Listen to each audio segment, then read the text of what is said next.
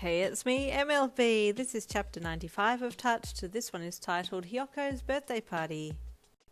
Yeah, okay, Hawks agreed with a smile. I'll get the cake. I swear to God, if it's a roast chicken, Hawks, you warned, narrowing your eyes at him. Ah, damn it. Thought I'd be able to get away with it, he said with a playful smirk, clicking his fingers with faux annoyance. What do I do with you? He said with a sigh. Kiss me, he replied as he puckered up and landed a kiss on your lips. Can you believe our boy is going to be one already? He said with amazement as he finished the kiss and snuggled into his side.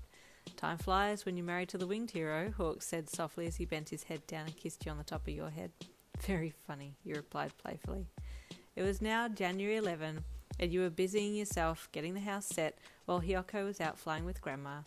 What time is everyone coming? Hawks asked as you ran past him to put toys back in Hiyoko's room. 11:30 a.m., you called over your shoulder to him.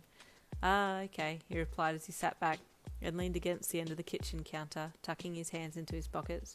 You reappeared and went to go past him, but he shot an arm out and grabbed you around your waist, halting you immediately. Hey, he purred. You're running too much. Come and give Daddy some attention, he said as he scooped you towards himself and snuggled his head into the crook of your neck. Not now, Daddy, I've got so much to do, you wailed as he playfully struggled to get free. We got time for a little rumble, if you're up for it, he whispered huskily into your ear before kissing you firmly down your neck. Not now, we have people coming in 1 hour, you squealed. If anything, you should be helping me. Oh, I'll help you all right, Hawk said in a mischievous voice. Come to the bedroom, there's something I want to help you with. No, you giggled, struggling out of Hawks's arms and dashing over to the fridge as he followed you. Can you make the drinks? You asked as you spun around and pushed the bottles into his chest. Okay, fine, but I'll get you later, he said with a cheeky smile as he took the drinks from you and walked over to the bench. In another half hour, everything was set. Okay, ready now, you said with a smile. I'll just get Hiyoko sorted when he and Grandma get back, then we can start. Just then there was a rap-a-tap-tap on the door and you smiled. That's Brian and Co. with the cake, he said to Hawks. Let him in. Hawks strolled to the door and opened it. Hey, Brian said from behind a very large cake box. Got the best cake in town for my little birthday boy. I bet you did, Hawk said with a chuckle as he let Brian, Anthony and Norman inside.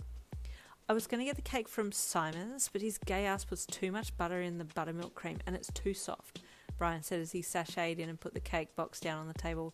So I went with Taya. She is a doll and she can cook. He said as he popped an arm out and shivered with delight. I thought you and Simon were friends, Uncle Anthony commented after hearing Brian talk smack about Simon and his buttercream.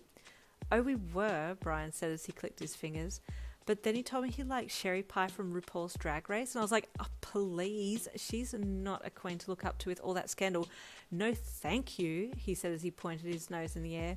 Hawks raised an eyebrow at Anthony, and the taller male just shook his head apologetically.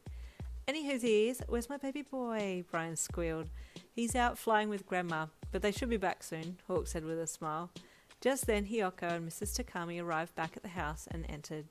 Oh, my Beyonce, it's an angel, Brian gasped when he saw Mrs. Takami with her golden wings.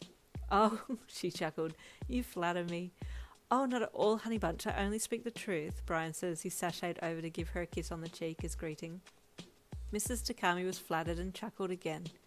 Well, it's my pleasure to meet you.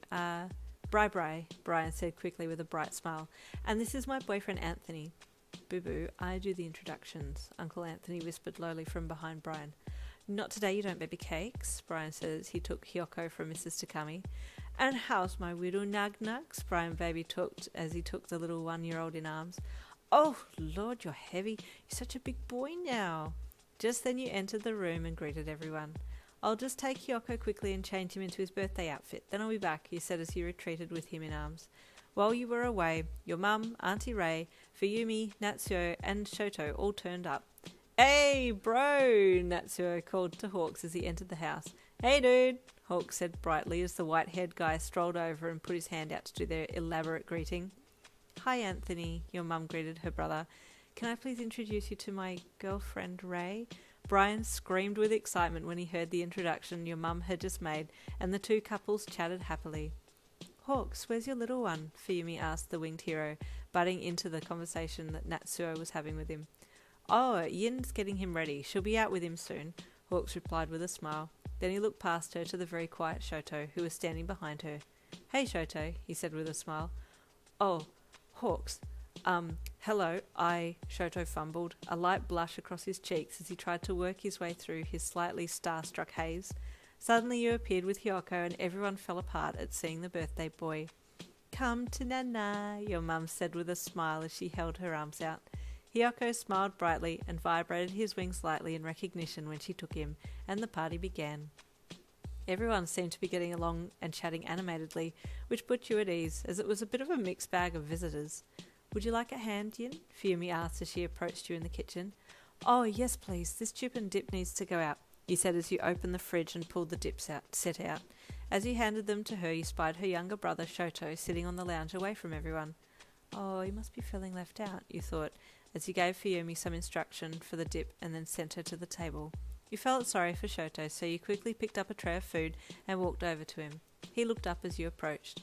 Would you like some? You asked the handsome young jewel-haired man. He just nodded softly and reached a hand out to take some food that you presented. Thank you for coming today, he said with a soft smile. It's my birthday today as well, Shoto replied, his mismatched eyes watching you keenly. Oh, happy birthday, you said happily. I'm meeting with friends later, he added, chewing on the food that he had taken. That sounds nice, you said, making small talk.